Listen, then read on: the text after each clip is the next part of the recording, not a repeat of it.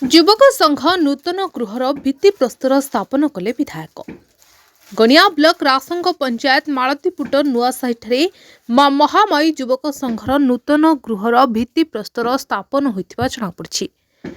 ଏହି କାର୍ଯ୍ୟକ୍ରମରେ ମୁଖ୍ୟ ଅତିଥି ଭାବେ ଦଶପଲ୍ଲା ବିଧାୟକ ରମେଶ ଚନ୍ଦ୍ର ବେହେରା ଯୋଗ ଦେଇଥିବା ବେଳେ ସମ୍ମାନିତ ଅତିଥି ଭାବେ ପୂର୍ବତନ ବ୍ଲକ ଅଧ୍ୟକ୍ଷ ଶେଷଦେବ ସ୍ୱାଇଁ, ପୂର୍ବତନ ବ୍ଲକ ଅଧ୍ୟକ୍ଷ ସଦାଶିବ ମିଶ୍ର, ଜିଲ୍ଲା ପରିଷଦ ସଭ୍ୟ ନରେଶ କୁମାର ବେହେରା, ସାମାଜିକ କର୍ମୀ ପଙ୍କଜ କୁମାର ସାହୁ ପ୍ରମୁଖ ଉପସ୍ଥିତ ରହିଥିଲେ।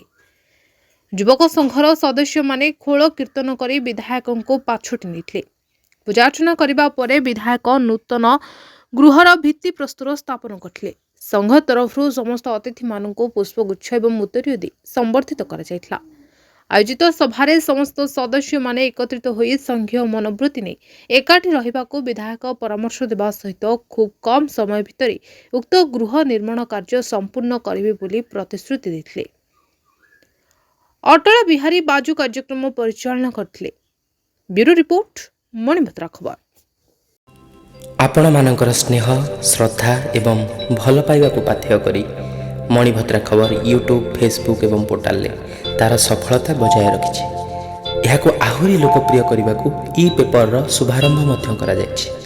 ଆମକୁ ଏହିଭଳି ପ୍ରେରଣା ଏବଂ ସହଯୋଗ ଯୋଗାଇବା ସହିତ ଲାଇକ୍, ସେୟାର ଏବଂ ସବସ୍କ୍ରାଇବ୍ କରନ୍ତୁ। ମଣିଭଦ୍ରା ଖବର, ସମ୍ପର୍କ ଜନତାର।